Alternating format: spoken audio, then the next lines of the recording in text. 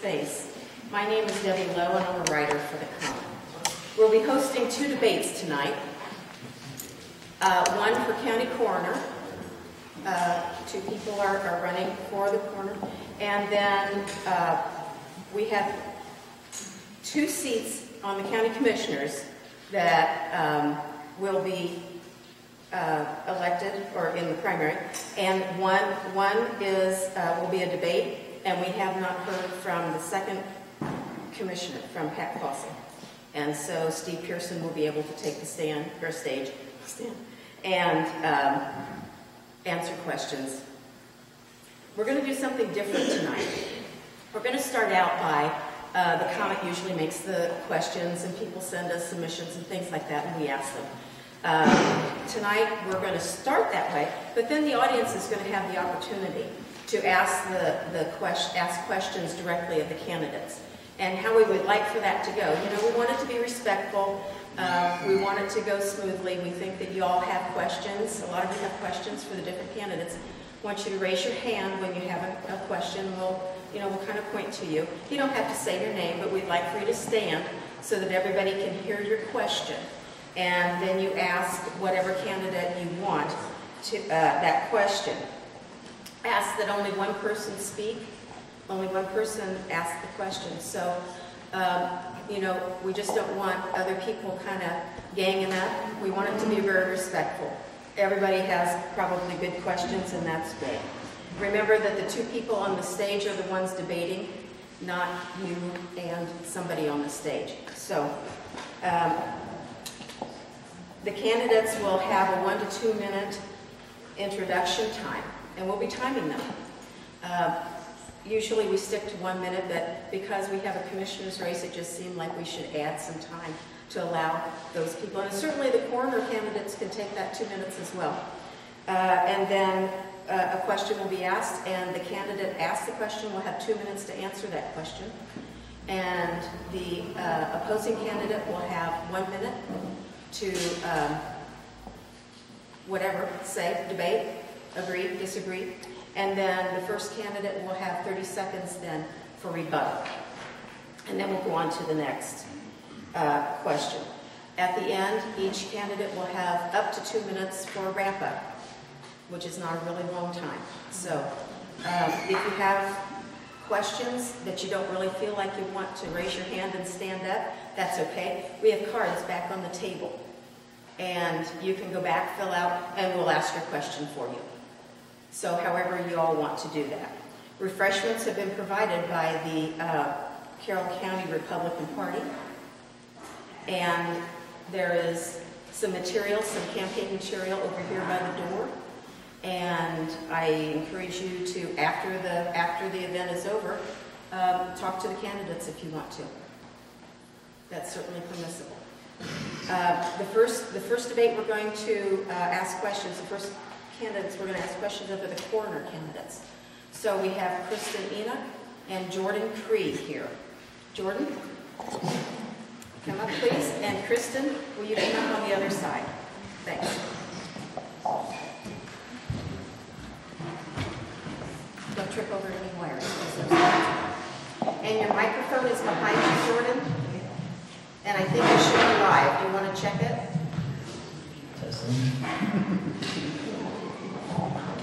We worked hard on getting those around, Yeah. Feedback, all that stuff. Okay. Kristen, do you want to check yours? Testing. Okay. All right. So, you all are the first. And I have to say, if you get those microphones near the music stands, aka podiums, there seems to be some feedback. I don't understand that, but that's kind of how it was going. So, Jordan, why don't you begin? And up to 2 minute introduction. My name is Jordan Douglas Cree. I'm currently deputy coroner here in Carroll County. I'm 21 years old. I'm a junior at Ball State University, studying criminal justice, majoring in criminal justice. I've been deputy coroner now for about 3 years. I'm already certified as state medical legal death investigator, which is the state certification required to be a coroner or deputy coroner. I also am a volunteer firefighter and first responder for the Jackson Township Fire Department. I'm the son of JD and Valerie Creed. Dad has held the office for the past 8 years. So I've grown up my entire life learning this job from him, and then when I took my state certification and continuing my education and learning with that education by doing this job for the past 3 years and continuing today. Thank you. Kristen? Hello, my name is Kristen Enoch, and I have been serving Carroll County for the last 20 years as an EMT and 19 years as a volunteer firefighter. In that time, I also was an instructor for CPR and first aid. I have my master's degree in occupational therapy. I have a bachelor's degree in speech-language pathology and a minor with psychology. I've been a registered occupational therapist for 14 years. I've worked in the healthcare setting that whole time and bring a medical background. In the last 10 years, I've worked in the home care setting. I've been a resident of Burlington for 15 years, and I'm married to Jim Enoch. My parents are Rob and Carol Lutz. We have 4 children, and I'm excited about running for this position. Thank you. And I need to point out that John Smith will be asking questions for the comment tonight. So, John? All right. I'll be moderating the debate tonight, and as I ask questions, please let me know if you need to repeat them or clarify them. And I may also ask follow-up questions to clarify or expand your responses. So we'll start with Mr. Creed. So why are you running for coroner, and what makes you the better candidate for that position? Well, I'm running for coroner because I'm a firm believer that our current administration, current staff and office has been doing a great job providing integrity, service, and professionalism to the members of Carroll County and this community. Like I said, I'm already certified as a state medical legal death investigator. I believe my experiences and my training, I have the prior knowledge, and I believe that's what makes me a better candidate. All right, and if you're not, same questions. Why are you running for coroner, and what makes you the better candidate for the position? I am running for coroner because it has been a dream for about 15 years since I was getting my master's. My gross anatomy instructor was a forensics pathologist, and he was very inspiring for me. So it has been something I've wanted to do for a long time. And I feel that I have served 20 years in public service working with families and dealing with their time of going through life changes and traumatic events. And I feel like I can bring passion and trust and dependability to this position and to serve the people in Carroll County. All right, back to Mr. Creed. So is it reasonable to expect the coroner to attend every scene when there's an unexplained death? And if not, what circumstance would apply to not responding to a death scene? Okay, so by state law, the coroner is to provide some response to a scene. In the case of a natural death, the coroner is not obligated to be present at that scene. We are, however, required to give a response. Local law enforcement, through their great efforts, and as well as EMS personnel in the past, on the scene of a natural death with an attending physician, they can give us a call to our office, and we can determine that that death was immediate, and I can assure that if the doctor is going to sign a death certificate, we can go ahead and have the family notify a funeral home, and that does not impede on the family or anything. We don't have to go into their home and impede them in their grieving process. So, to answer your question, no, the coroner is not required to be at every scene, and we should not be at every scene. In the case of a natural death, now suicide or homicide or accidental death, absolutely, we will be there at every scene. Are there cases where a natural death might involve a person that would be more likely to have a visit by you? Yes. In the case of a patient that is from a VA doctor, the state does not recognize a VA doctor license in the state of Indiana. So we typically do give a response, but we, again, will not impede on the family more than we need to, because there's already going to be law enforcement and medical personnel there, and they're trying to do their process by grieving with the death of their loved one. So we do not want to impose on that as much as possible. So we will go ahead and give our response, and we will report to the scene, but we will allow them to contact a funeral home at that time so that they can make arrangements, so that we can get everybody out of there so they can grieve. All right, Ms. Enoch, a response to that question? Would you like to read again? From what I have researched, the only time I feel like a coroner shouldn't be on the scene is if it's under hospice care. Obviously, death is expected in that time. Other than that, I think it is important for the coroner to be there at every call. I think that it's important to be there for the family. They are going to be grieving, but they're going to have a lot of questions and not understand everything that might be happening and going to happen. So I do feel like that it is 100% our responsibility to be at the scenes. Yeah, so this may never happen under whoever wins this race, but we had an instance where a Supreme Court justice died in a district and the coroner did not visit that scene, and that caused some controversy. Any thoughts from either of you on that situation? Again, I feel like it's important to be at every scene, like I said, except for obviously hospice, which is already under the care of knowing there's going to be death. But I feel otherwise, I do think it's important to be at every scene. I think that would... For what reason? Well, again, I think that it's important because the family isn't going to necessarily understand what they're going to be going through.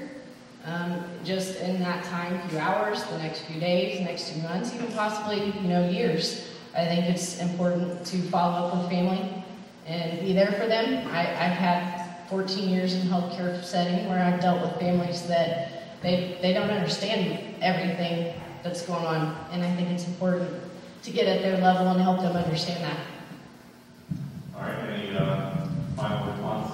Yeah, again, I'm not going to respond to a scene because I don't want to put that imposition on the family. Again, like I said, law enforcement's going to be there, EMS personnel, firefighters, and another part of that is when a death is reported, to ensure the integrity of the scene until it is determined a natural death, everyone is prohibited except those responders and those authorized to be on the scene. Those other folks are prohibited from that scene. So you're pulling a family away from their loved one and disturbing them in their time of grief. And and another part of that is, like I said, you can give a response. It doesn't have to be in person. They can call our office over the phone, and if they have any questions, we're more than willing to help the family out in any way possible. But I just don't see the point of impeding on somebody's home in their time of grief as much as possible if we can keep that from happening. All right, Ms. Enoch, the next question is for you. So what qualifications do you hold that will help you in the coroner position? And I think we already talked about some of those, but is there any other particular qualifications? Please expand on those. Again, I demonstrate passion as I have had to empathize with patients and families. I think it's important. It's an important characteristic to have. Dependability and flexibility. My job, I work PRN, so that's just as needed. So I think it's important to be around here and be close and be ready for any call. My CPR, first aid, my fire training, my years of public service, I think, are my biggest qualifications and experiences that I have dealt with in those career types. All right, Mr. Creed, any response? Aside from being deputy coroner and obviously having that, like I mentioned before, I do have a good working relationship with other local responders, including fire personnel, EMS, law enforcement, as well as because I have been deputy coroner for quite some time now, and we attend a conference every year to recertify ourselves with our training. I have working relations with the surrounding counties and counties across the state, their coroner's office and their staff. All right, any final response? All right, the next question is for Mr. Creed. So have you had experience in developing a public budget? What skills do you possess that would be instrumental in sorry, you have to repeat the question. I'll let these guys pass by here. Okay.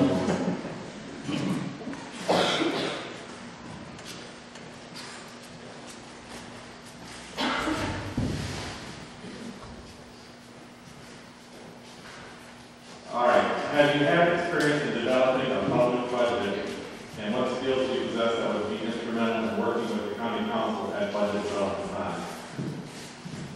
Personally, I do not have experience working with a public budget. I have done budgeting through classes, being in school, or budgeting personally. However, my father has been in office. If elected, I can learn from him on the budgeting aspects with the council.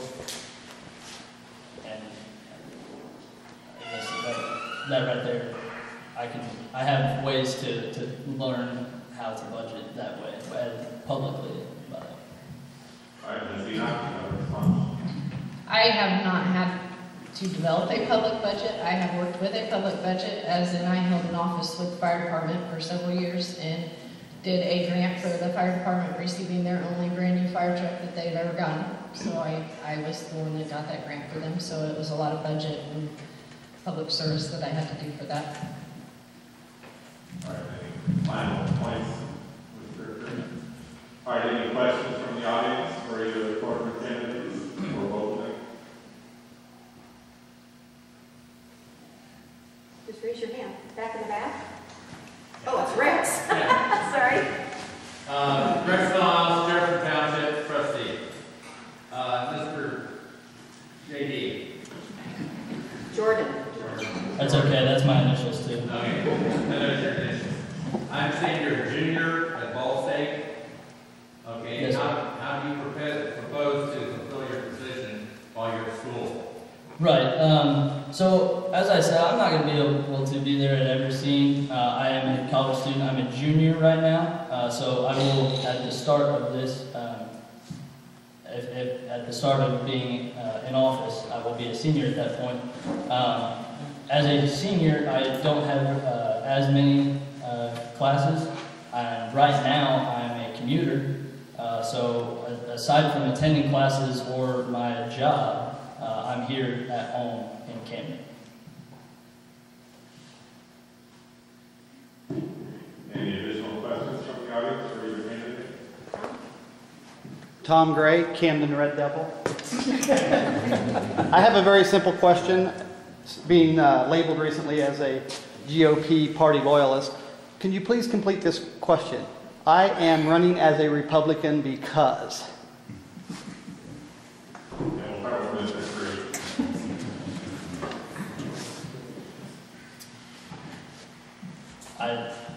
I'm a conservative, and that's always been where my tie has been, is on the Republican side. Some of the values with the Republican Party, it's just where I'm at. And how would that value system affect your duties as coroner? I don't think that it really ties in with the job aspect. I would try to eliminate the political side of it. I don't think that that's anything that needs to be addressed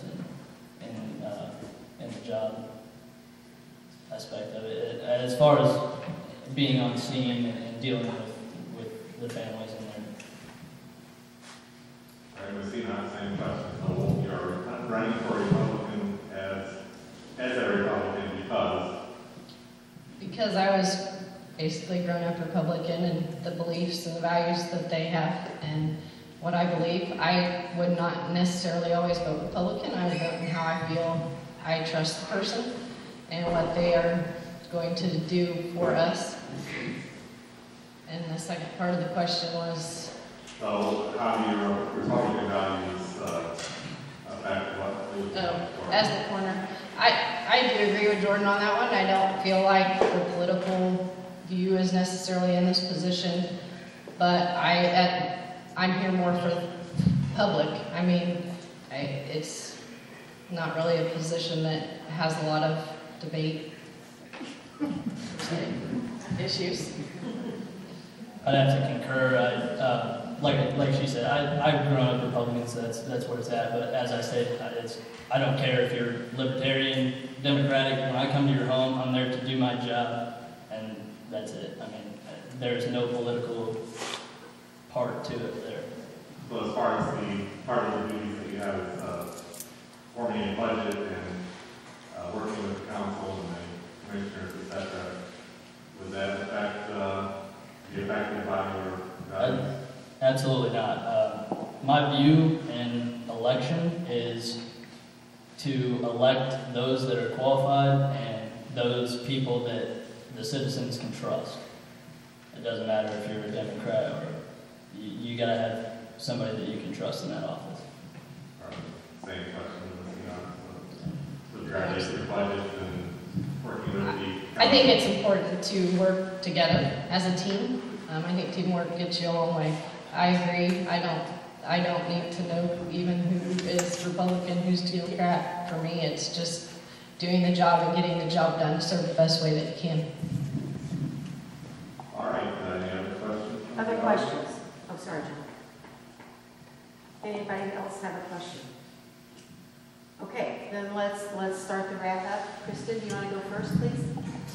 And summing up, my life experiences and years of public service and education have brought my passion to serve the community and have given me the compassion and experience I need to take the coroner's office to an exceptional level. When I am elected, I promise to bring professionalism, compassion, and commitment to the coroner's office and the people of Carroll County.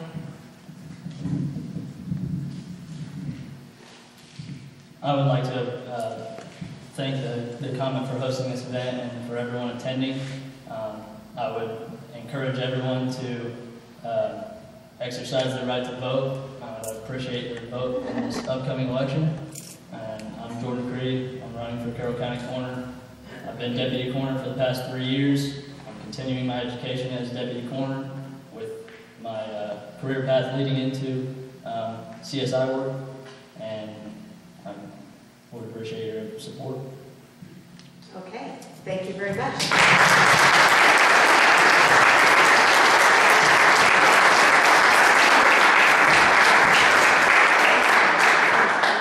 Thank you. The next two candidates we're going to hear from tonight are Bill Brown and Jim Hancock. Bill Brown is currently Commissioner, District 2? 3, here. And Jim Hancock is opposing Mr. Brown, currently serving on the Carroll County Council.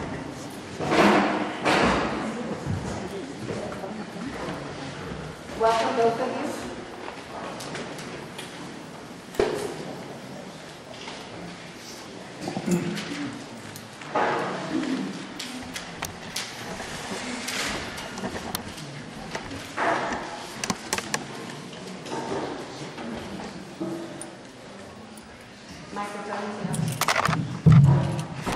Should be live. Yes, it is.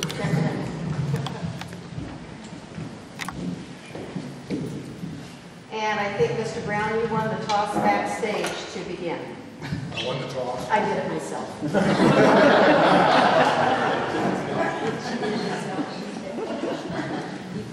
First of all, I'm saying that I'm going to have a little bit of trouble. A little bit of trouble with my bifocals and with this, but we'll get by. Can you pull it up a little bit? Stand, yeah.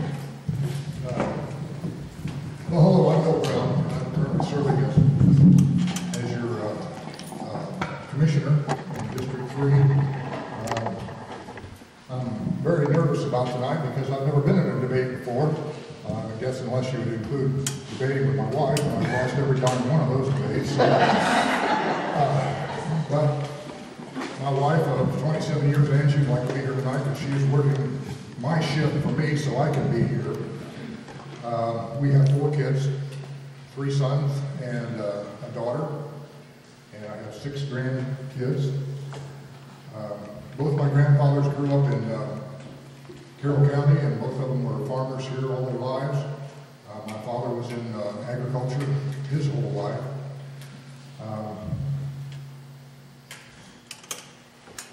I was a child to grow up in a very Christian home and had the comforts of that. Unfortunately, my father passed away when I was 16, and along with the emotional trials of that, my mother had lots of financial problems after that, and so I've been through it. And I guess that's why I have a soft heart for people who are having problems, and people who need a helping hand, and need a pat on the back, and need somebody to comfort them. I graduated from college, from Indiana University, almost without ever stepping foot on Indiana University campus, because I didn't have the money to go there, so I went to regional campuses. My 4-year scholarship, what's that? We get 30 seconds. 30 seconds, I can't do it. My 4-year scholarship was at the local Sinclair station, working while I went to school. I started teaching at Carrollton, and then I later got hired to teach here at Camden, at a terrific school, just 2 blocks away here. Still have a lot of friends who were kids that I worked with, taught, and I learned to, that's a red sign says done. All right, I'll start. Thank you. All right, good evening. I want to thank each of you for coming to the debate tonight, and I want to thank the Common and the town of Camden for hosting this event. My name is James Hancock, but I prefer to be called Jim. I'm a Christian. My wife and I are members of the Delphi United Methodist Church. Sharon and I have been married for almost 42 years. We have 3 children and 10 grandchildren. I'm also a combat veteran. I served in the military as an infantryman for 35 years, 26 of them active duty. I retired at the rank of Sergeant Major. I'm also a conservative, not in name only, but with strong principled beliefs and a strict code of ethics. I know I'm seeking a political office, but I do not consider myself a politician. I look at more as being a servant. I will not stand here tonight making you any promises. There's too many factors that come into play with the government for anyone to promise anything. But I will give you my word that I will work very hard for you and for Carroll County. My word is my bond.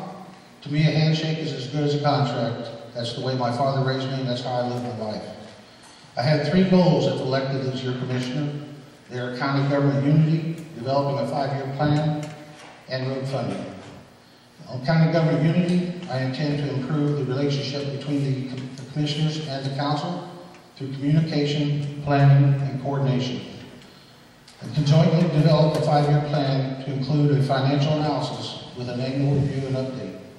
Prioritizing projects will provide adequate time and options for funding. And road funding. Propose additional road funding utilizing current revenue. I believe we have 2 options that are available. And I have a plan to do this. I don't have the time right now, but anyway. In closing, I believe that we must be respectful to everyone, stay involved and in touch, communicate, plan, and coordinate. Thank you. Thank you both. The Common is going to ask about 3 questions, and then we'll start taking questions from the audience. So, John, go ahead, please. Again, if I ask a question that needs to be clarified or repeated, please let me know. So we'll start with Mr. Brown. So why are you a better candidate for commissioner than your opponent? I believe I have a lot more experience than my opponent. I served on the county council as he has before. I was commissioner, and now I've served quite a few years as commissioner. I believe that I have a more respectful attitude toward the people coming in. If you would ever come to a Carroll County Commissioner meeting or come to a council meeting, you'd see immediately that people are treated better at the Commissioner meeting than they are at the council meeting. I believe that I work for the people. I tell people that all the time. You are my bosses right here. I'm looking at the bosses right here. I don't intend on running anybody's life. I just want to do what I feel like is best and what you need to have done. Yes, the past 7 years that I've sat on the council, I've witnessed a lot of things in both the council meetings and the commission meetings, and I see a lot of room for improvement. especially in the planning process for our county. Instead of having things just pop up and knee-jerk reactions to things, we need a better planning process for the county. Last year, as an example, the goal was 72 miles of road to chip and seal. They got 55 miles done, and they left in the budget over $2 million in road fund, money that was available for road fund. To me, if you would have had a proper plan, you could have had maybe a contractor come in and finish that. And that's just an example of just one of the things I don't have enough time to go into full detail. All right, thank you. And a final response, 30 seconds. So, Mr. Brown. I have time to respond. Yes, 30 seconds. Jim is incorrect in what he's saying. This last year, yes, we were a little short on getting our road goal done. For 2 years ago, we set a goal of resurfacing every hard surface road in Carroll County every 8 years. That had never been done before. Last year, we only got 50-some miles done. That's right. That's because the winter before it, if you remember, was so horrible and so many roads went to pieces that we had to spend a lot of time prepping the roads. We had to spend a lot of time grading, a lot of time grinding them up and getting ready to pave them. And so there wasn't enough season left to do all the miles. There's more to the story. All right, so we'll go ahead and move on to the next question. So, Mr. Hancock, how important is it for a county commissioner to protect the appearance of our county government, the county residents, neighboring communities to the state of Indiana, and what are some of the ways you've shown your ability to follow through with your thinking about this? To protect the appearance of the county government to all of those different constituencies. Yeah, I think it's important, not just as a commissioner, I think it's important that all your political elected officials do what they can to show the best light for the county. And one of those things is to make the good judgment at the time when a decision needs to be made, talk to the process. You need to reflect the principles and the values of the county or whoever you're serving at the time. The people of the county is who you represent. There's 3 commissioners, 1 from each district, and they represent the entire county. So just to do the right thing. I mean, if you just continue to do the right thing, you'll shed the correct light. I believe on the county. All right, any further thoughts? All right, and a 1-minute response from Mr. Brown. Could you repeat the question, please? Yeah, so how important is it for a county commissioner to protect the appearance of a county government, the county residents, neighboring communities in the state of Indiana, and what are some of the ways you've shown that? So the protection of the appearance of the county to all those constituencies. How have you done that? As I understand the question, it's very important to protect the appearance of the county. And we are constantly, for example, in economic development, trying to lure in new businesses and new opportunities for people into our county. Negative press, negative atmosphere does not bring in new people. We want people to move into our county. We want a vital county, a growing county. And by putting forth a negative aspect or a negative look on our county, it is a detriment to expansion and to improving the county. All right, 30-second final response. Yes, I agree with that you just you do not want to bring in outside press or just to blow things up out of proportion, make a crisis out of nothing really, and just like as I said before, if you just do the right thing, respect the values of the people that you're representing, I think it'll be okay. Thank you. All right, next question is for Mr. Brown. How knowledgeable should a county commissioner be about all aspects of county government? Do you believe every commissioner should be acutely aware of their current budget, or does the budget matter when making decisions? Absolutely, the budget matters. I guess I'm going to answer your question backwards. That's the last thing you asked. Anytime someone comes before us and has a request that involves money, the first thing we do is reach up, grab the budget book, lay it out, and say how much money has been allotted by the council for us to do this job. If we have the money to do it, and if it seems like it's a good project, a good thing to do, then we'll go ahead and do it. But we are restricted by the budget. How important is it to understand the budget? Very important. And how important is it to understand all aspects of the county? I don't know much about being a coroner. There's a lot of things that I don't know anything about. In this whole universe, there's tremendous amounts of things I don't know anything about. But I do know that there are 42 separate budgets in our county budget. And that among those 42, a lot of them have 20, 25, 30 or more different lines of budget items on them. So it's impossible for one person to know everything about that budget. But you should have a working knowledge of it. It's not necessary to know everything. It's necessary to know how to find out the answer. All right. Mr. Hancock, 1 minute response. Could you repeat the entire question again? Sure. How knowledgeable should a county commissioner be about all aspects of county government? And do you believe every commissioner should be acutely aware of their current budget, or does the budget matter when making decisions? Yes, number one, the budget does matter because it takes funds to do everything that you want to do. Everything costs some money. They need to be aware of everything that's going on in the county, either by firsthand or then having, some type of reports or something like that relayed to them.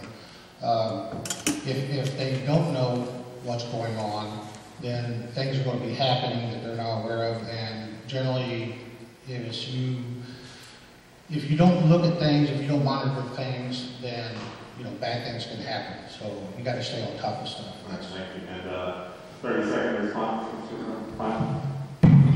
I don't have any quarrel with what Jim said there. He's right.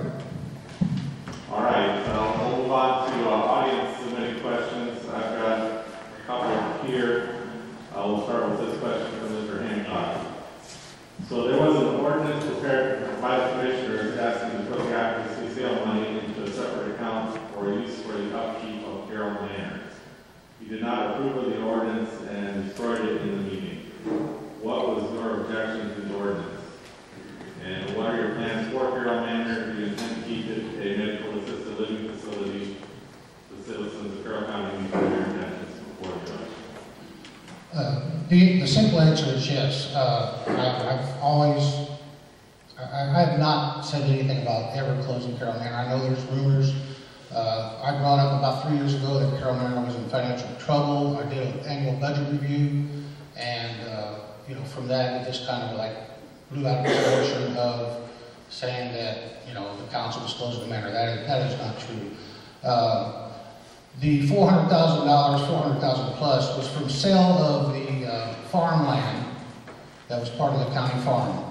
By Indiana code, that money goes into the general fund. Okay, that is for use as the general fund is all all the funds, all the people's use. The land belonged to the county. It didn't belong to Carroll Manor, and the money was in there. So we put it in the general fund. There was an ordinance that was developed and passed. I didn't like it at the time because it limited that $400,000 for maintenance of Carroll Manor. So we did additionals, and at the end of the year we'd have to bring it back to general, then the next year additional, bring it back to general. It was just back and forth. And the money, there was no plan to use the money for Carroll Manor at that time, or it hasn't been used yet today. So my theory is to put it back in the general. If Carroll Manor has ever needed a new roof, new gutters, those are the type of things that money has been appropriated for. Since I've been on the council, it's been done, and nothing has been, to my knowledge, nothing has ever been denied at Carroll Manor. So that $400,000 is setting in general fund. We have plenty. We have coon cap development for major projects. We have other funds that we can get into for maintenance projects. And, I just definitely want to put a squash to that rumor that, and I know it's out there, it's on Mr. Brown's website, that we stole $400,000 from Carroll Manor. That's not true. Hey, I want to close Carroll Manor. That is not true. All right, thank you. Mr. Brown, 1 minute response. We could do a whole debate on Carroll Manor right here. I can't answer it in one minute, but I'll tell you what, we have different widely different viewpoints on this. When we sold the land that was part of Carroll Manor to Indiana Packers, we made several deals. One of the deals was with Indiana Packers. For example, if they would build a mounting system and protect the manor, and they wouldn't park running refrigerator trucks right up against the manor. They would be protected.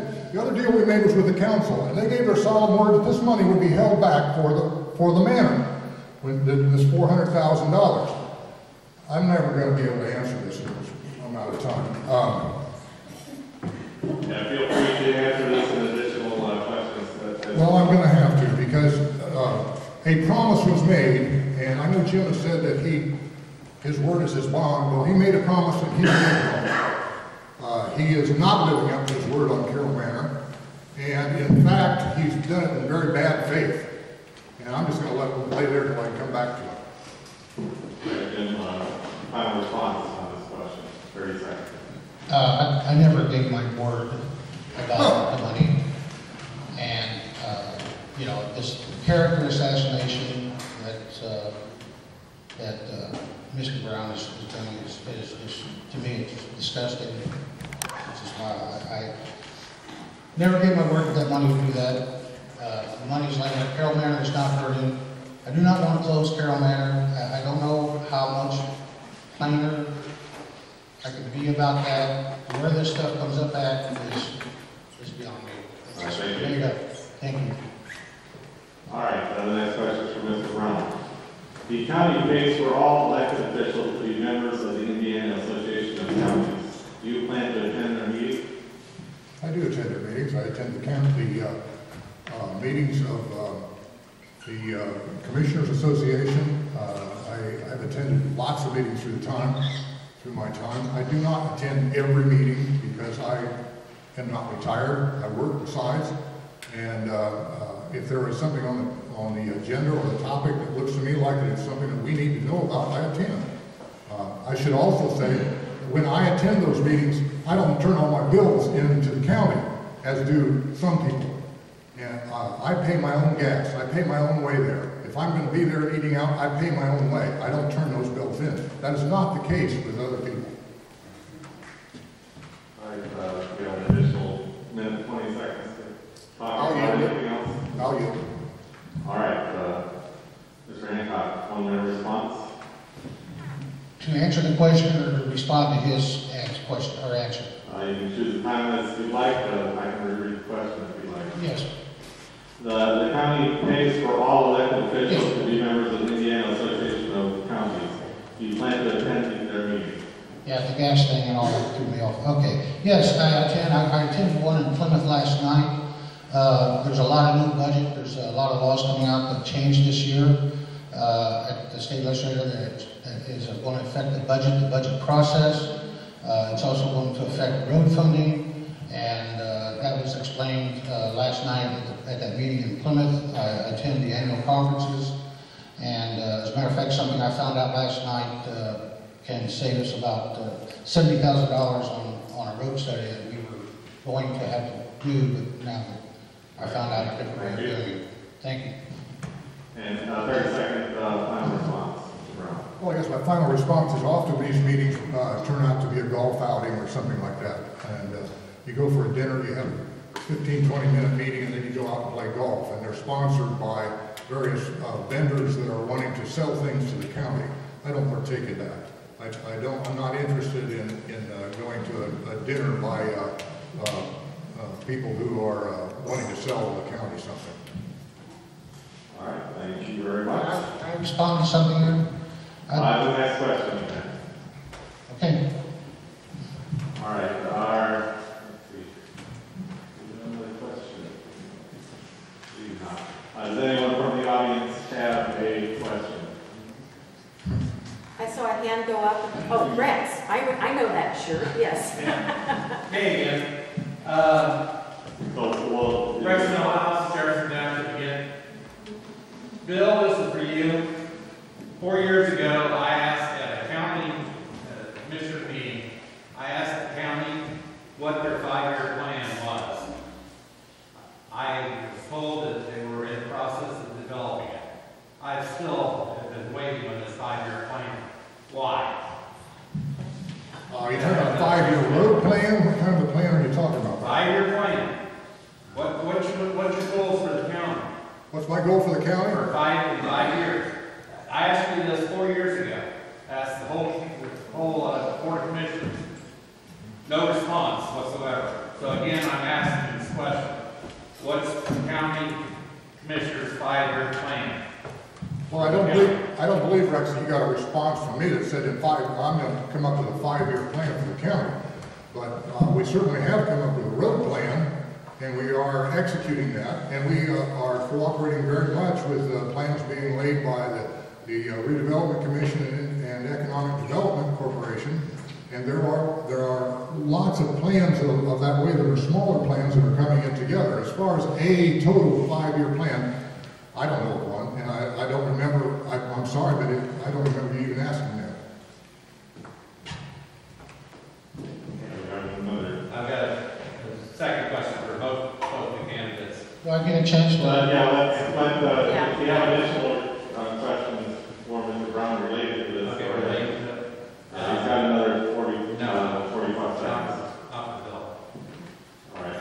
Then I'll give Mr. Hancock a response to that question. Okay.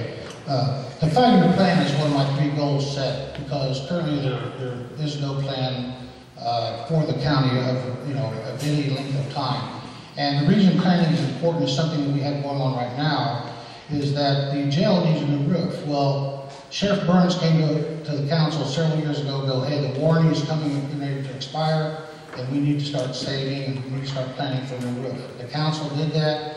We saved the money, we put it aside in Coon Cap, and it just held it there until now this year we're getting ready to do that. So the 5-year plan is something that is very important. It aids and it will aid the council in being able to budget so that you can have the funds at the time when it does happen. So every department, their 5-year plan, I don't need anything but a new computer maybe in 3 years. But that's something then you can budget and plan for. Somebody else may need, you can put like currently we have the ambulances on rotation. We have sheriff squad cars on rotation. So planning is critical if you want to run an effective government or business. All right, thank you. And 30-second response. 30-second response is when you talk about plans of this kind, we already do that.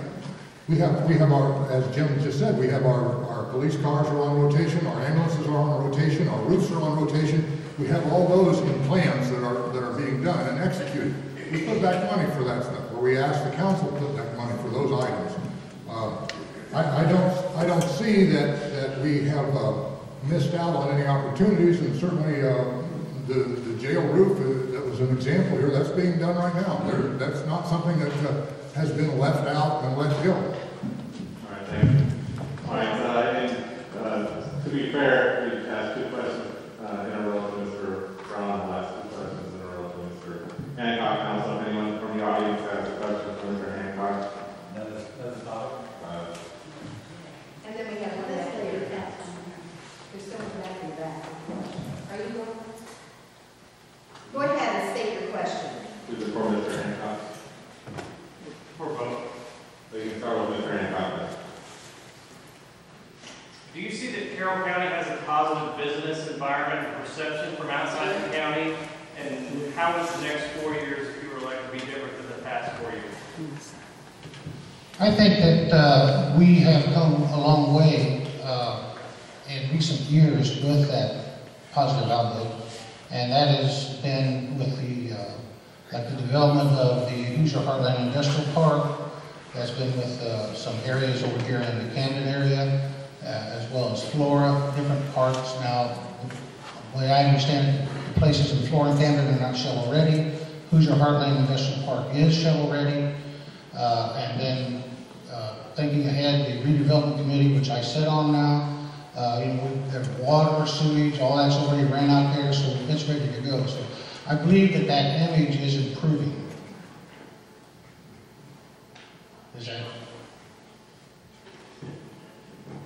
Is that what you were asking? Yes. Okay. We have almost a minute left. So. Oh, okay. To continue for like the next 4 years, the next 10 years, 20 years, on and beyond, we need to continue what we are doing now.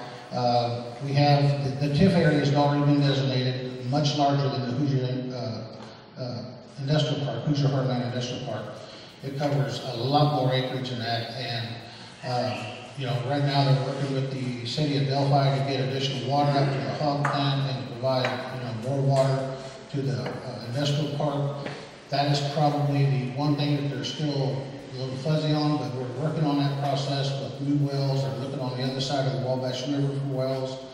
And so as long as we continue the planning and the, you know, the funding that's in the TIF, currently now there's over $3 million, and that account's building back up. And the only bill that we have right now that's outstanding is our bond bill. So I think that will continue to improve. All right, response. Okay. When you're speaking of business climate, that's a broad range. It could be industrial business, it could be retail business, it can be all sorts of businesses. Do we have a good image? Many of us have tried for years to project a good image of Carroll County. Carroll County is a beautiful place to live. It has wonderful amenities. It has a lot of good things that could attract people in. Yeah, every once in a while there's something negative comes out in the press about it. But I have worked for years in economic development. I've been part of the whole economic development picture now for close to 20 years. And we have done lots of things to bring in business and to enhance the opportunities of people here to have better, higher paying jobs and have their kids get to stay here in Carroll County and have a job here in Carroll County. I think the business climate is pretty good here in the county, and I think it can improve, and I think it will improve in the next few years. All right, thank you. Okay, one thing I thought of is, one thing I didn't like that happened this year was that the commissioners cut the economic development budget for the Chamber of Commerce. And, you know, they're not there to actually develop new business, but to support the current businesses. And our small businesses, our family-owned businesses that are in Delphi and Flora and Camden and Burlington, the Chamber helps them out. And, you know, the money that they use for that is for advertising and booklets, things like that. People, tourists into Carroll County, if somebody drives here, they're going to buy gas, lunch, whatever. So that was something that I didn't like that they did that. Thank you. Do I get to respond to that? Using the format to respond to the next question. Actually, you had a lot of minutes left on the previous question, so I'll give you an opportunity here. Okay. If that's okay with your... To let you know that when the Carroll County Chamber of Commerce was formed, they came to the commissioners and they said, well, give us money for 3 years. At the end of that time, we're going to be self-sufficient and we're not going to have money anymore from the county. Now, it's going on for 7 or 8 years we've supported it. This year, yes, there were commissioners who did not want to spend any money on the Chamber of Commerce. They wanted to put all the money either into EDC, which we're contracted for, or into roads. I am the commissioner who Jim says he's disappointed with. I'm the commissioner who got that done. There would have been no money for the Chamber of Commerce if I wouldn't have stepped up and pushed for it. I'm the one who got that for them. Chamber of Commerce, I believe in helping the small business people, and I believe the Chamber's done a good job of that, and I believe the Chamber's done a good job of promoting our community. I love all the little signs they've got everywhere and the visitation things and all that stuff. So yeah, I believe in the Chamber and have supported it. We'll give one final 30-second response. For me? Yeah. I really don't have, I mean, the budget was cut, it's unfortunate. You know, they'd already paid for some advertising that they, you know, had expecting to get what they normally do. The part that I was talking about were 7 or 8 years ago, that's a true statement. However, the Chamber is doing much more today for this community than what they started out doing 7 or 8 years ago. They've expanded, okay, their duties or their responsibilities or however you want to determine it to the county. So I think we owe them the regular budget.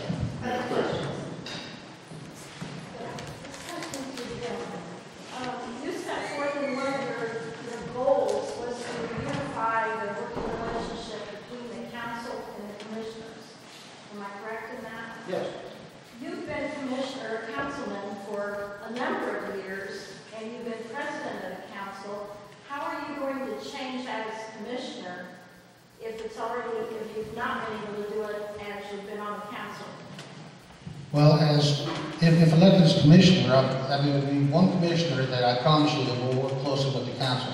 I'll do everything in my power to bring the other two along. And like I said, you know, I think if you have open communication, and if you sit down and plan things out together, let the council go and do their financial analysis, you know, come back and have joint meetings and positive joint meetings, and just have an open dialogue between both, that can happen, okay? But you can't go, you know, and have, you know,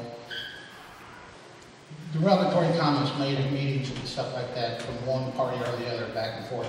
That doesn't work, okay? It's not, you know, we can get by, but it's not that productive. We could be more productive. We could be better elected officials, better for the county, you know, if they would just be willing to work together. I can't change if I'm a commissioner that I have, like I said, I guarantee you one will. And I'm sure that with the proper communication and coaching that we can bring, you know, whoever the other two commissioners are along. But that has been a problem, and that's, you know, we submitted a letter because we had several things we wanted to talk about. I think it was in November we submitted that letter. We got not even a response of yes, we'll meet or no, we'll meet. And it had like, I want to say 8 or 9 items on there to have a joint meeting. So I can only tell you what I can do. You know, I can't make, as elected officials, we're not each other's boss. You know, they can't make us do things, we can't make them do things. But if I'm an elected commissioner, I can tell you that, I promise you that, one, I can control myself, and I will work with the council closely. Mr. Brown, one response? Yes, but could I hear the question again, please? Ma'am. Jim, he's been a councilman for a number of years, and he stated that one of his goals was to unify the communication and the working relationship between the council and the commissioners. And I wondered, as a council member, why he had not been able to do that, and what he was going to do to improve that if he became a commissioner. Yeah. The problems between the council and the commissioners never happened before our current council members. We used to get along. There were always some discussions. The commissioners ourselves, we don't always agree on things, but we get along. But as an example, Carroll Manor, they made a solemn promise. Jim says he didn't, but he did. Made a solemn promise that the money that was for $400,000 for the out of the sale was going to be retained for the Carroll Manor. This year, when it didn't show up in the budget, I saw that in there, and I said to Pat Clausen, I said, it's not in there. And he said, oh, it has to be in there. I said, they just made a mistake. There's no problem, because they promised that. So Pat sent a letter to him and asked him to put this money back into a special account. Jim's response was, he read the letter, and he said, this is what I think of the commissioners and their request. And he threw it away. Now, where is the problem here between council and commissioners? Thank you. 30 seconds response. Final response.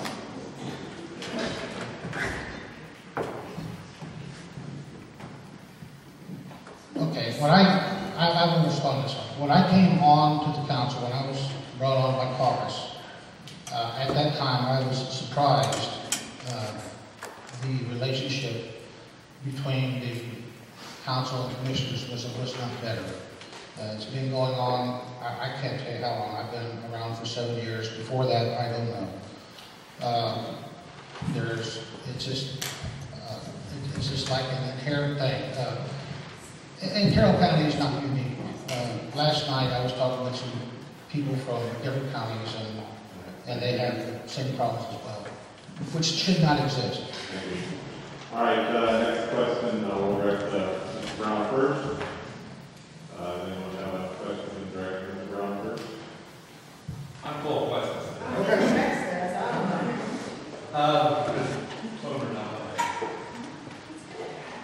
Jefferson Township borders Lake Freedom.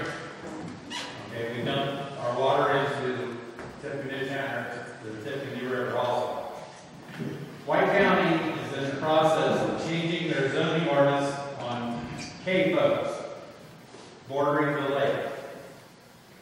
If you're approached Monday morning, Ms. Brown, regarding this zoning ordinance that White County is proposing to change, with Carroll County willing to change their ordinances also to make it more in line with what White County is, and then the same thing to Jim, if you're approached.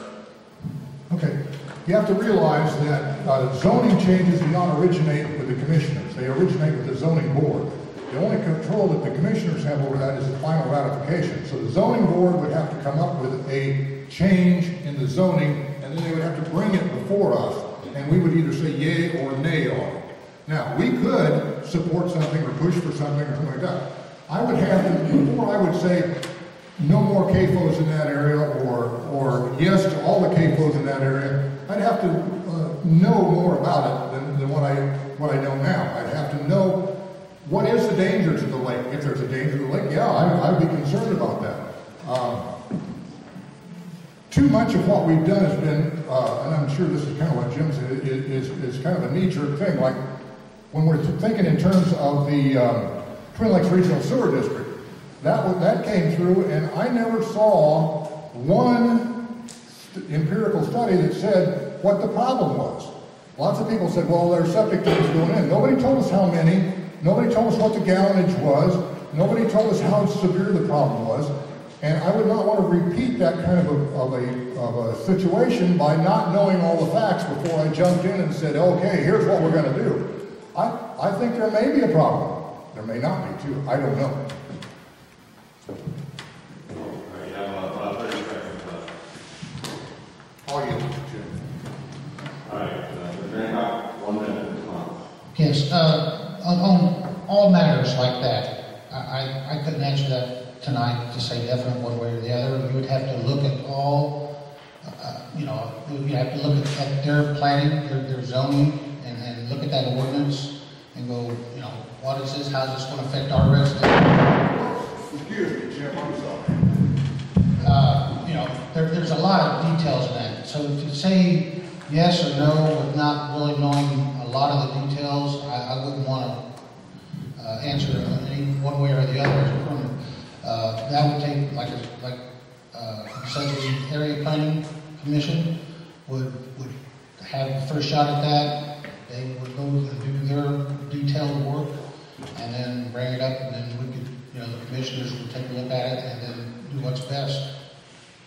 But to give you a yes or no answer, I wouldn't feel secure or comfortable giving a yes or no answer to something I don't really have all the details.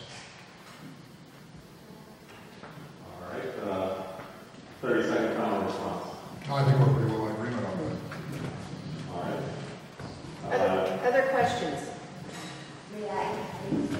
Not you, Rex. Give somebody else a chance. We'll get back to you. So we need to go to Mr. Hancock first on this question. Okay. Clara, you? I just want to make a statement, Bill. When that planning for the Twin Lakes Sewer District was done, there was a survey report returned to us. That was when Tom Sutton and Bill Duff were still commissioners. So before my time. I didn't get a chance to see that survey, but I wanted to correct it for the public. Okay. Well, thank you for correcting me, Clara. That was before my time. All right, so again, question from the audience for Mr. Hancock. First of all, I want to thank both of you guys for serving our county. I appreciate that effort that you're currently doing. But we have a lot of other people that serve in different ways. Carroll County is very blessed to have a strong base of volunteers in historical efforts, from Adams Mill to Mullen Schoolhouse to the Opera House, the Wabash Erie Canal, the Stone Barn, and now recently the Flora Depot. I'm curious as to if you guys have personally been involved in any of these historical efforts, and also, do you believe there's a role in county government to assist these efforts? Who goes first? Jim? Right now, I'm not involved with any of those projects, other than just keep an eye on them and talk with the people that's working with them and stuff. But as far as the role in county government, you can't really, you're not authorized to put county money into something like that, okay? It's got to be a county facility. So if say that depot was on county land and it was owned by the county and something, then that would be a different story. However, you know, we own certain buildings and things, and that's what we are authorized to use our money on. So the answer to the first part of your question, am I involved specifically with any of those historical landmark things? No, I'm not right now. And can the county get involved? The answer is not legally, as far as funding. And you can support them morally, you can do, you know, work with them and do what you can, but as far as financially, you're not allowed to do that. I have been involved with it. I've been a member of the World Missionary Canal Group. I've been a member previously to the Adams Mill Group. I have been president of the Carroll County Historical Society. One of the things I've always loved is Carroll County history. I used to take kids on tours around Carroll County. We'd go out of Buffalo, I'd take them all around. That was just candy to me. I just loved it. As far as when you talk about should there be a role for the county government to play in it, that depends a little bit on what it is. A historic structure such as Carroll Bridge, yes, we maintain that. How about Adams Mill Covered Bridge or the Xenia Bridge? Those are all historic structures. Wilson Bridge, Lockport Bridge. Those are functional historic structures that we save. I noticed Jim has on his website some beautiful pictures of Carroll County, and I want to thank you because I was one of them who managed and who was integral in working on every darn one of those things that he has on his website. I helped raise the money to fix Adams Mill Covered Bridge when it was not a county project. I'm being shut off. All right, Jim, a very second final response. Yes, you know, I didn't realize he was talking about bridges. Bridges are covered by, you know, we have Coon Bridge funds, and the county does take care of the bridges. I thought you were just referring to like the Opera House or Adams Mill structures, the depot, things like that. But yeah, we get extra. Matter of fact, we get, I think it's like $1,800 or $1,850 a year per covered bridge extra, because we do have 2 covered bridges, and the other bridges all fall under the Coon Bridge and road maintenance type fund. All right, audience question, Director Mr. Brown first. I'm Ron Morris. First of all, I applaud both of you for actually seeking the road to this political office. I'm sure it is not really easy. But as a member of the fire department, I have been on the fire department for over 40 years. I've seen a lot of things come and go through this county. Lost funding for the task force. We weren't necessary. We've lost funding for our task force or for our county association's air cascade system because we're not on the line item, we're not necessary.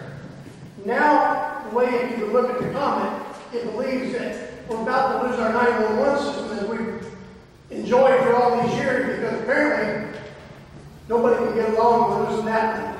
What would either one of you be able to do to help the fire department along? We helped pick up the ambulance system when you got rid of, cut it down to almost nothing because of lack of money, and I understand that. It's built back up. But I know that if Doug was standing here right now, he would tell you without the Carroll County First Response Program, our ambulance would still be in deep world hurt. We do this for nothing. We don't ask for nothing. But I know this cascade system that belonged to the county at one time has now been taken back over by us, so there is no funding for it whatsoever. What was the last thing you said there? I'm sorry. What has not been taken back over? I missed that. I'm sorry? Yeah, the acoustics aren't very good. The last thing you said there has not been taken back over by the county. What is it? Cascade. The cascade system. The cascade system, which is our air bottles, which we all depend on to be able to go in the house there. And I know I'm not the only fireman here who can tell you that, but you can completely knock the budget clear out of that. It takes us approximately $300 twice a year just to have that inspected to be able to keep up. Now, because someone believes that we all have money, it's our problem. This was a county-owned thing when it started. We owned it, had it down here when the fire station were. It was reimbursed to the county, and now it belongs to all the firemen because the county actually cut us completely out of the budget 3 times in a row now. what would you guys be able to help us do?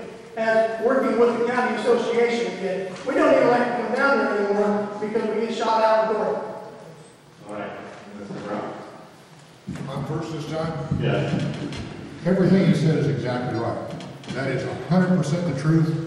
Everything he said the county commissioners have supported and wanted done, and every one of them that you said the county council has cut out. That's 100% right.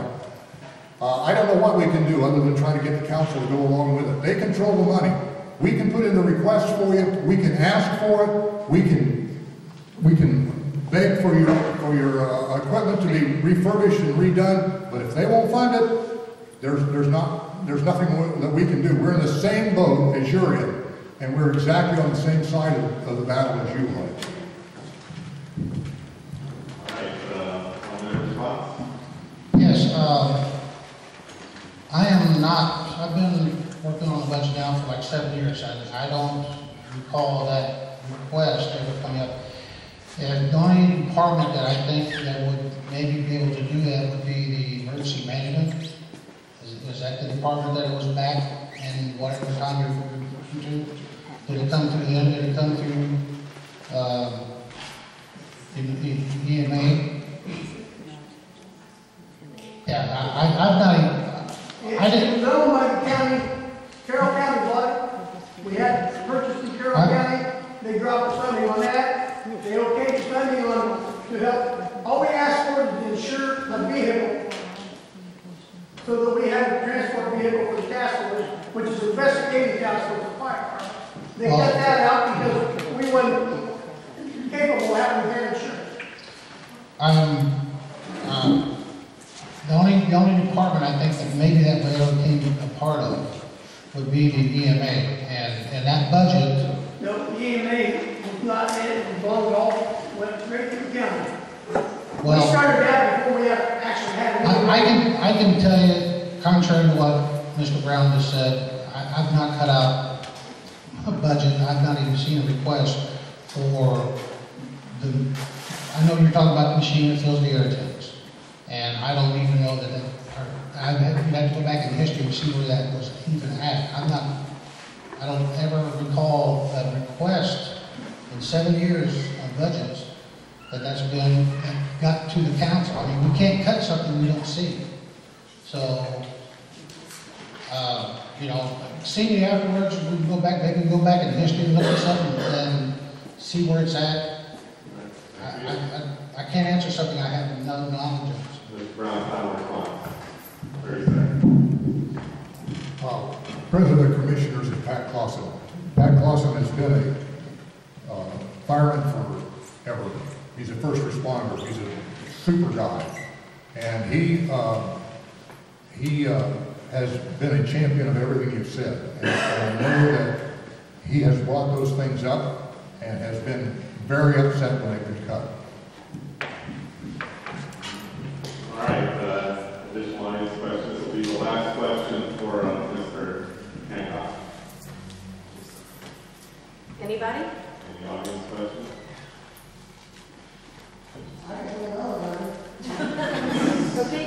Okay, you both talked earlier about the development of Carroll County. I would like to have both of you answer this one too. As commissioners, if I was to listen to the comment and listen to the local coffee shops, which I have heard from more than one, we just had an incident in White County that appears to be that the county council and the county, everybody, didn't want anything to do with this hog farm that definitely relates against Camp Tecumseh. If anybody lives within a mile of one, you know it's going to relate to it. We have very little or no response from our Carroll County government, and both of you as seeking office, what can you do to help the outside of it? And I know economic development in Carroll County is great, but sometimes it hurts when it's outside the county and it's more in your lines. Mr. Hancock, 2 minutes. Okay, so I'm not really clear on your question.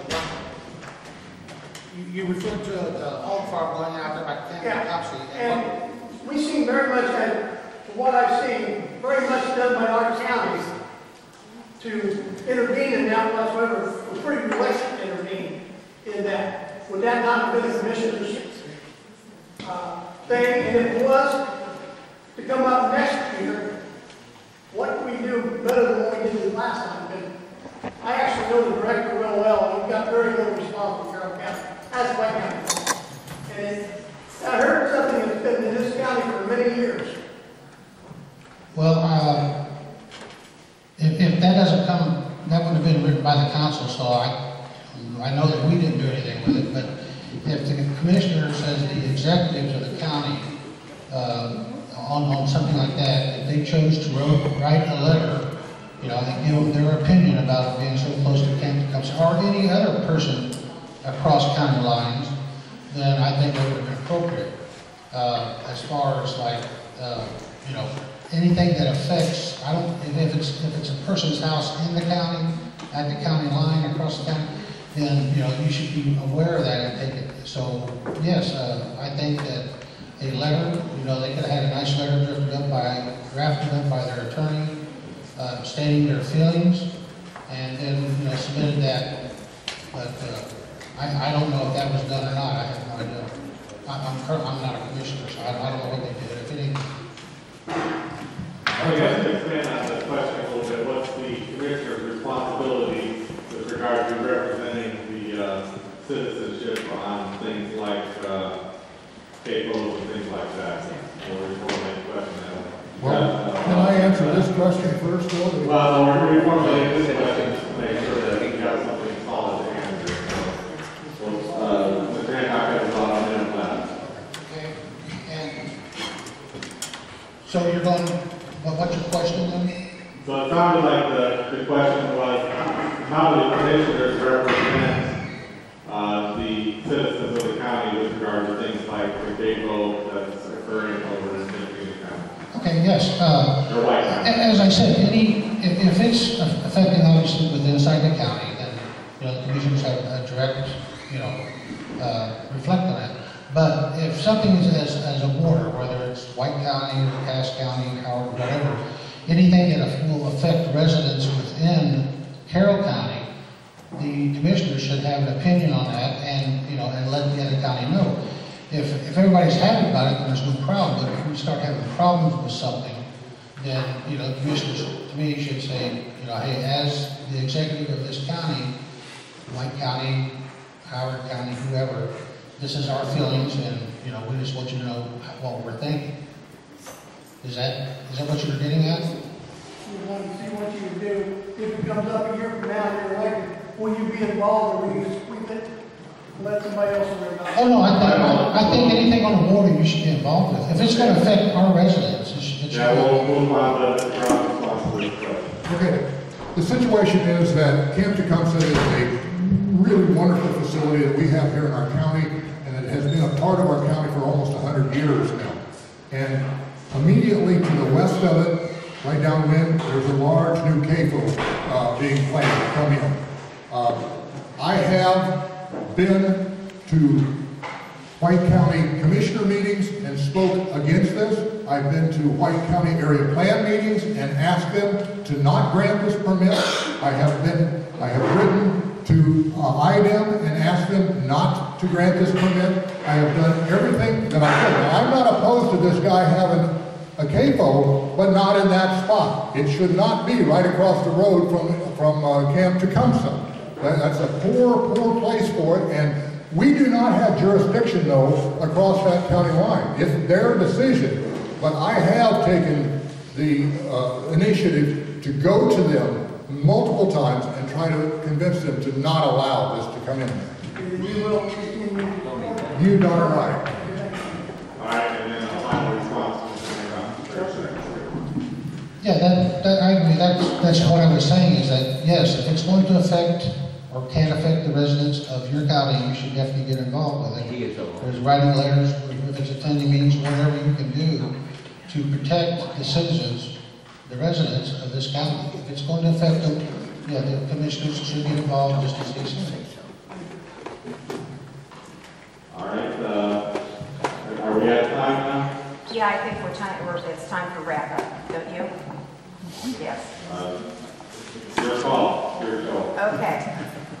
Oh, somebody's got their hand in the air. Okay. First question is from Mr. Brown. Mr. Brown, Jason Scott, Council. Oh, it's Jason. Yeah, sorry. Contacts or something.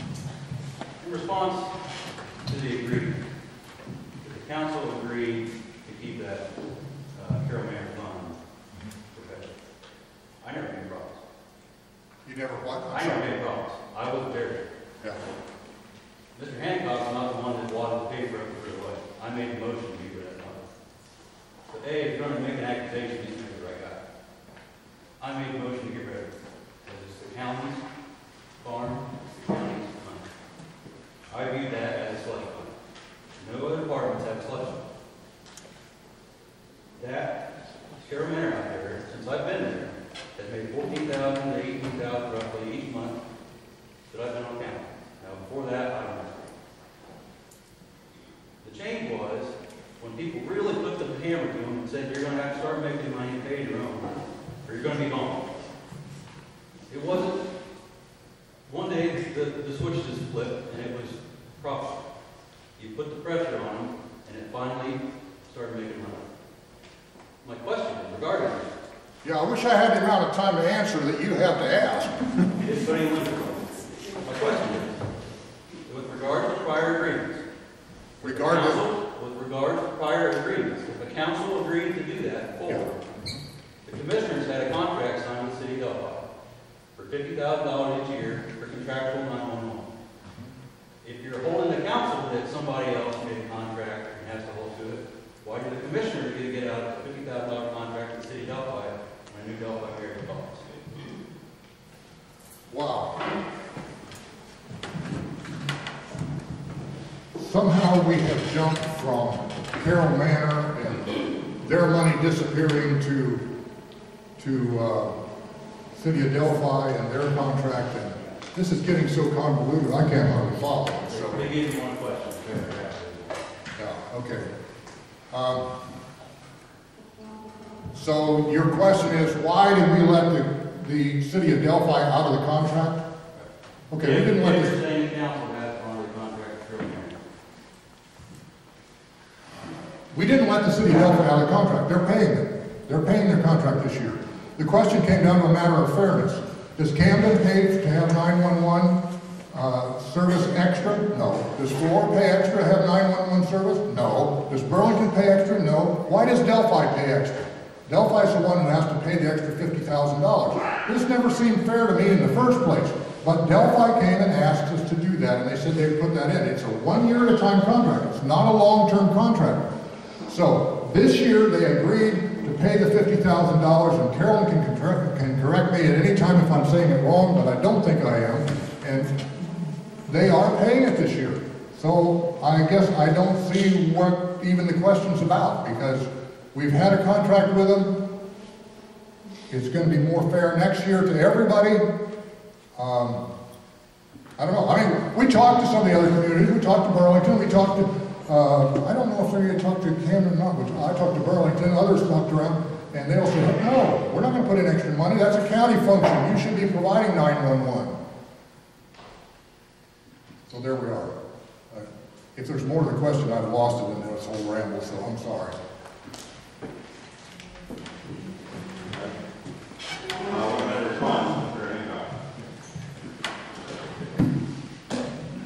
I understand I think what Jason's trying to get at, but the difference is that there was not a contract between the council and anyone. It was just a line item that we had to put into the budget each year.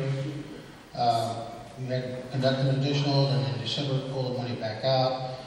Again, if the Carroll Manor money wasn't being used, and it required additional work on people, and as I said, I always believe that county land belongs to the people.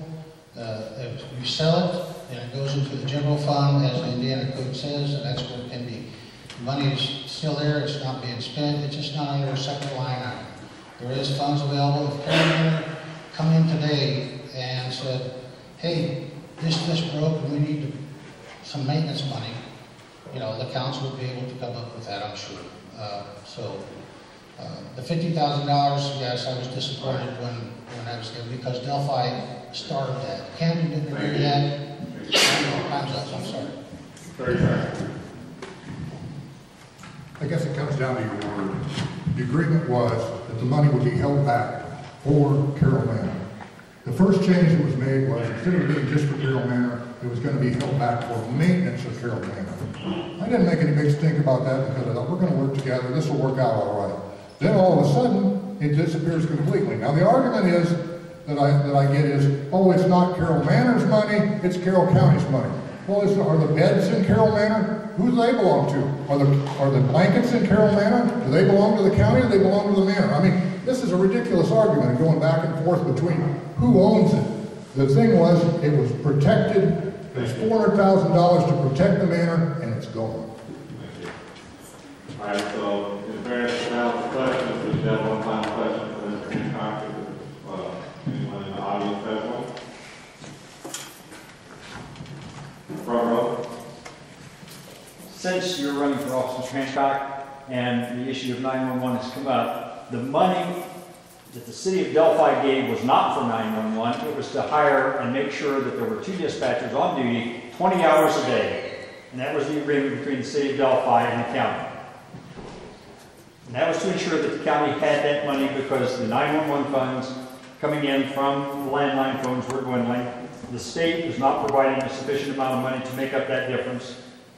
And the city of Delphi wanted to not have to pay 4 full-time dispatchers and part-time dispatchers, which was costing them well over the $50,000.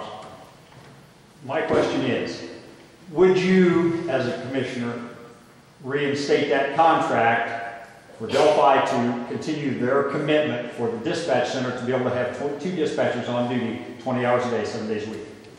2 minutes.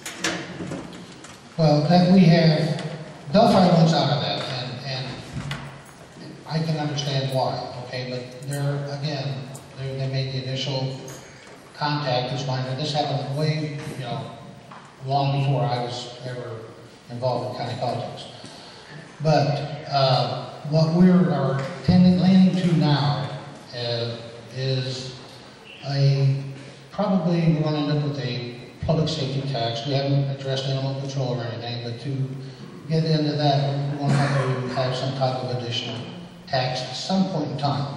I don't have a crystal ball, but with that, you can have where everyone, all the communities, every resident puts in their little portion, whether they live in Burlington or Delphi or wherever, and that way everybody pays a little bit to help out the shortfall that's in 911. As far as going back to Delphi, I would definitely want to talk to them and go, hey, this is something that your predecessors agreed to, either you will or you won't. If they refuse, then they refuse, and then, that's just $50,000 gone. I understand the contract and what it was for, and, at that time, I think somebody at one point in time said it was costing them like $250,000 a year to run their own 911. Now they don't have to pay for equipment or personnel or anything, so it's all at the county. They have it's called a PSAP, and the state passed a law that all counties are going to go to this, one central location.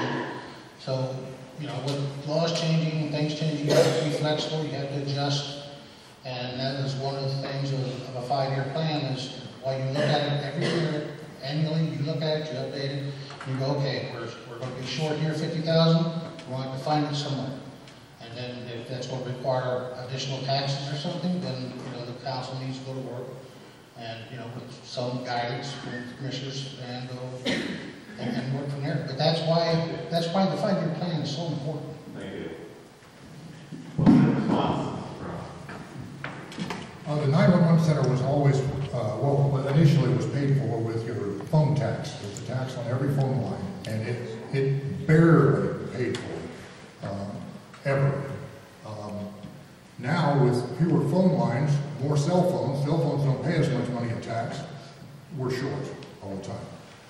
The county has always contributed to the support of this center. The goal always was to have, as J.D. said, 2 operators on at least 20 hours out of every day. The problem was funding often came down to we didn't have enough funding to do it. We didn't have enough part-time people to do it. So the county was not truly living up to the contract with Delphi because we didn't always have 2 operators on. And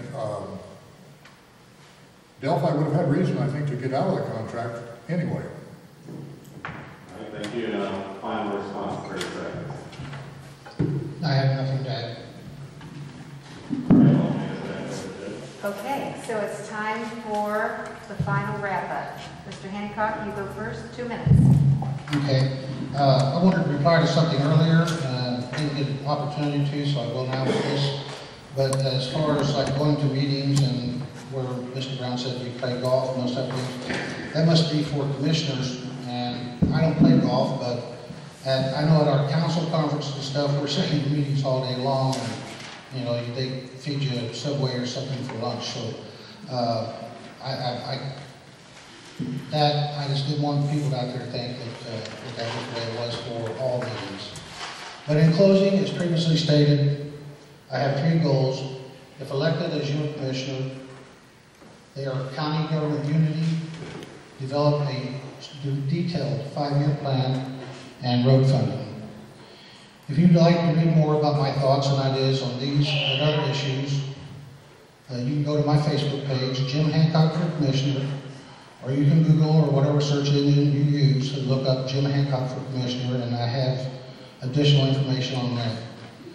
I respectfully ask for your support, and I would sincerely appreciate your vote. Thank you.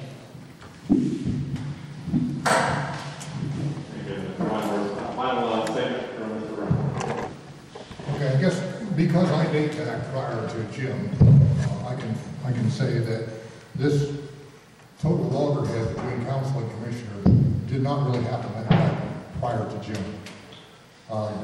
There is a natural tendency. People elect council members to save money, to hold down on taxes. They elect commissioners to do something, fix the roads, fix the parks, do something. We're elected to spend money and do things. They're elected to not spend money and not tax. There's of course going to be a clash here. That's just the way it is. If you think that the state government, the House of Representatives and the Senate get along all the time, that doesn't happen. I'm reminded of that when our Constitution was originally being formed, it was a hot summer, the people couldn't get along, it looked like the whole country was going to fall apart here, and Benjamin Franklin came up with the idea, he said, at the start of every session, we should stop and have a prayer. We should thank Almighty God and we should ask for His guidance. From that point on, things got better and our Constitution was brought together. It brought the people of Massachusetts and Georgia and the little states and the big states and all of them together through divine intervention. I wish we could do that now. If we opened every session with a prayer, which we're not allowed to do anymore, but if we did, I don't think we'd have the problems that we have right now. I thank you for coming, and I too ask for your vote.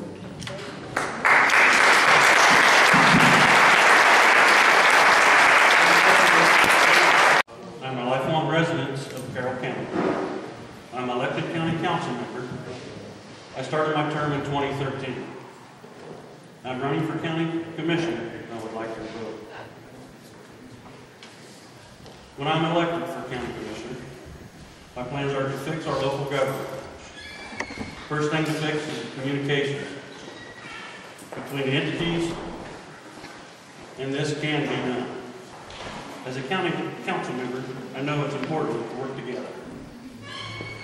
I have to read this, sorry. Try to speak into the mic, please. Okay, thank you. From my experience as a county council, I've learned how the state board of accounts expects the county government to operate a correct budget. I feel I can take that knowledge to the commissioner's position to unify the two entities for the sake of the county. As a commissioner, we need to be looking ahead and adhere to all county policies. Commissioners need to make group decisions, and this should be done in open meetings. No more closed doors. That's the end of my speech.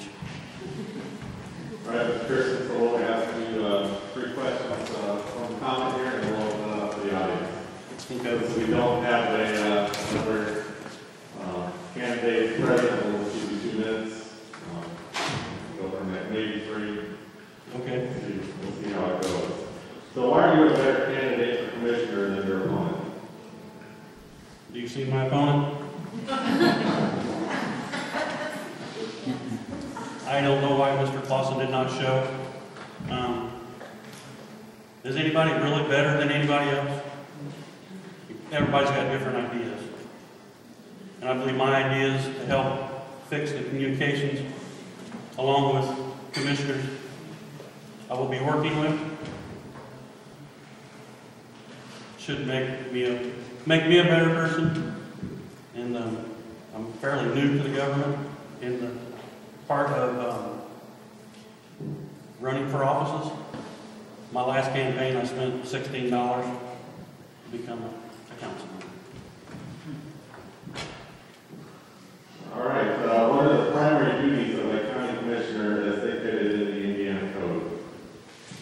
The primary duties is to make sure all entities, like your EMS, EMA, 911, I gotta think of all these, there's a lot. County garage, all run properly, and you've got the proper people in there to run them. I think if you have good people in place, it works for itself. All right, is it acceptable for county commissioners to use social media and other external communication media to communicate with regard to their fellow elected officials, etc.?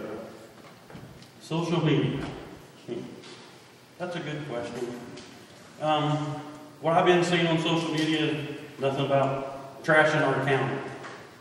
I believe that is wrong. I don't think anybody should throw anything out there like that, what people have been doing. I have a Facebook page, Harrison for Commissioner. I got a little story on there. People like it. People don't like it, that's their choice. But no, I do not believe the trash talking needs to be going on. So what does transparent government mean to you? And tell us more about your thoughts on that, as you mentioned it in your opening statement. Transparent government. No more meetings behind closed doors. No more my way or the highway. Good old boy system. Hey, you're my friend, you're going to get this job. I think everybody has the right to put in, even though it's my cousin, my uncle, or somebody I don't care for. If they're qualified, they will get the position. All right, we'll open it up to questions from the audience. Any questions from the audience? Of course. Okay, I'm going to ask the same question that I asked the previous candidates. What is your 5-year plan for the county? My 5-year plan for the county, I do not have one at this present time. I don't think one person can make a whole plan for our entire county. I believe it takes a group effort between the council, commissioners, trustees. I think we all need to meet quarterly or more to make plans for our county. And I do not really have a 5-year plan. My plan is to fix our communications. Okay, but you do believe in a 5-year plan? I do believe in a 5-year plan, but I don't think it should be done by one person. Okay, then second, in regards to the zoning, like previously, with White County in the process of approving their zoning ordinance for CAFOs, would you be willing to listen to the same proposal and, of course, make your decision based on the proposal and the fit was a good fit for Carroll County and also a good fit for Lake Freeman and Tiffany River as well as Wabash River? Okay, can you explain to me what a CAFO is? Combined feed operation. I'm sorry. Combined feeding operation. I couldn't hear you. Hog barns. Well, Carroll County is a hog county. Yes, it is. And with that, there comes a lot of smoke. And I would just have to listen to both sides. I believe public input is the best thing, especially for those ones who could be living in the area. I live in Camden, you know. If If it's over in that area, then it doesn't affect me, but it does affect my fellow county family, I should say. And I'd have to have an open door on that, sir. All right, other questions from the audience? Any other questions from the audience? Surely we got somebody out there. All right. All right. I will bring this back around to what we started with. Please finish this phrase. I am running as a Republican because... I bleed red, white, and blue. Republicans, Democrats, we're all people. We all make mistakes. I just chose Republican when I was a young child because I liked the elephant.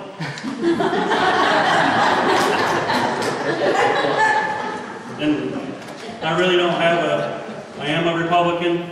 I have been voting since, I don't know, I'm 44, so I guess I've been voting. Yes, I have been voting for quite some time. I cannot go back and date like Mr. Grader. So as far as extending that question as before, as far as Republican philosophies, are there any Republican philosophies that you think would affect the way you fulfill this position of duties? My philosophy is always have an open mind. Don't make a decision just because you're mad or upset. Public input is number one. All right, additional questions from the audience? Or I can go to my list here. Any additional questions? Take it easy on me.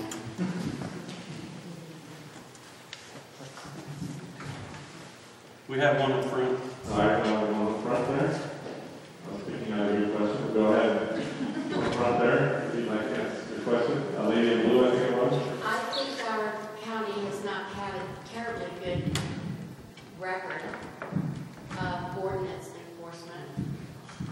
And I'm wondering if that is how you prioritize that, if that's an importance to you as commissioner. Like I said in my open speech, we need to abide by our policies. And if there's a policy violation, that needs to be reported to the right entity and which part of the government that goes to. And if that don't get resolved and ends up at the commissioners, I will do my best to resolve that issue with my powers I have and by the policies. All right, other questions from the audience?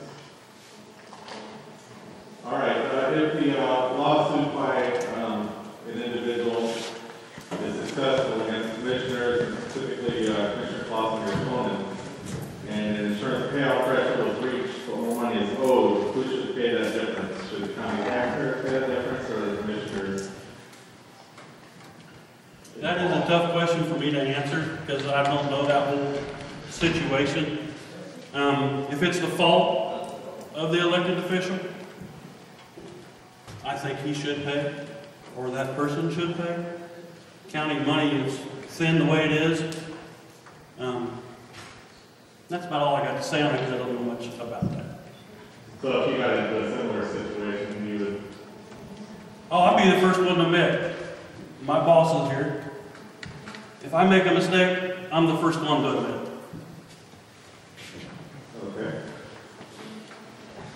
Did you ever hear any elected officials be allowed to stay in office without being held accountable for their actions?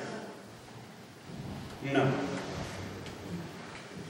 If it's a truly deliberate, no. That makes you an unworthy, untrustable individual. And I'm pretty true and honest. Okay. Any additional questions from the audience?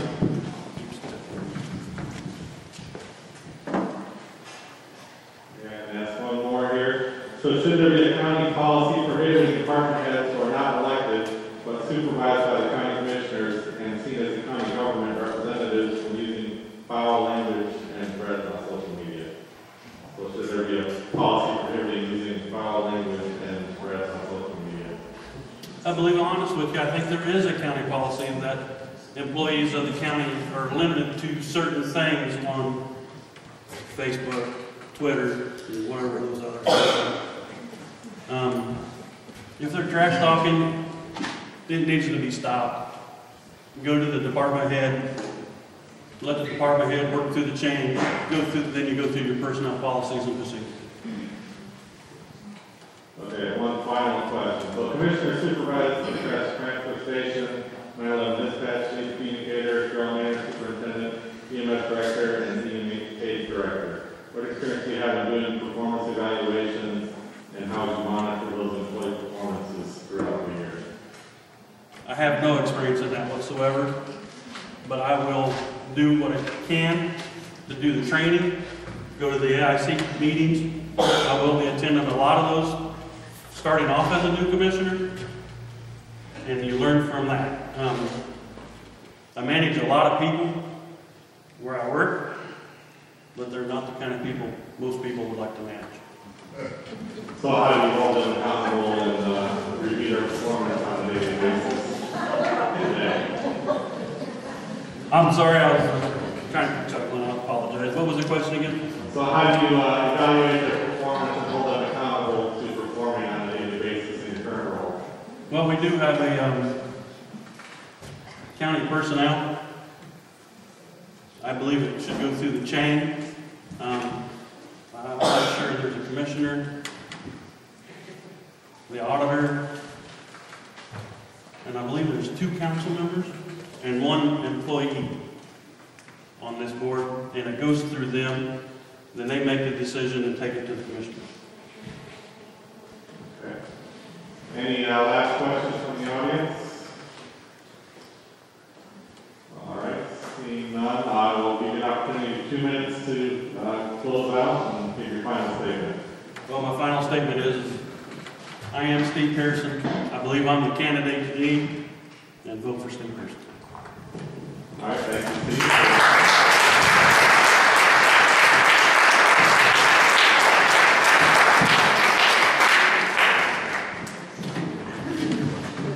And that concludes our program tonight. I'm kind of standing back here because, you know. But we have snacks over here. We have refreshments to the north side of the room.